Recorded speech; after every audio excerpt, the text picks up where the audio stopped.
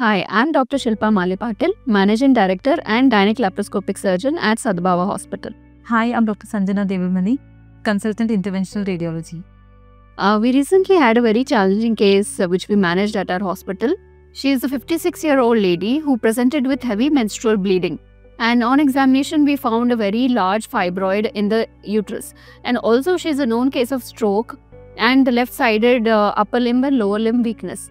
To make things worsen, she developed a huge clot in her lower limb, which we call it as deep venous thrombosis.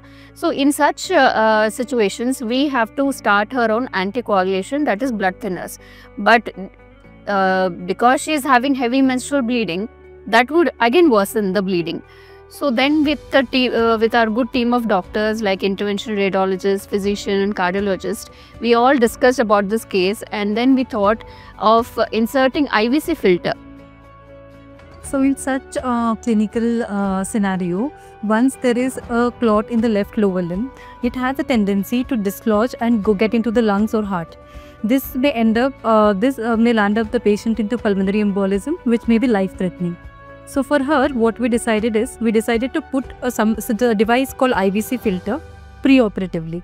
So this device has a tendency to trap all the clots which may fly from legs into the lungs. So this IVC filter is used in those patients with clots in the legs but who cannot be started on any blood thinners, like our patient, or patients in whom there is clot in the leg and they have been started on blood thinners but they're not responding to it. Or also in patients with clots in the legs, started on anticoagulation, but still they're having those clots which are reaching the lungs. So these are the three patient profile wherein we can use this IVC filter. And this procedure is a very minimally invasive procedure done in a cath lab setting under fluoroscopic guidance.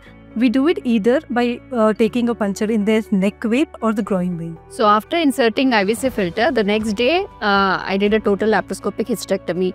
The uterus along with the mass was almost 25 centimeters and it weighed nearly 1.5 kg. And post-operatively, the patient was all fine and we even discharged her after 4 days. And all this was possible because we had such a skilled team of doctors and supportive staff and well-equipped OT and ICU backup.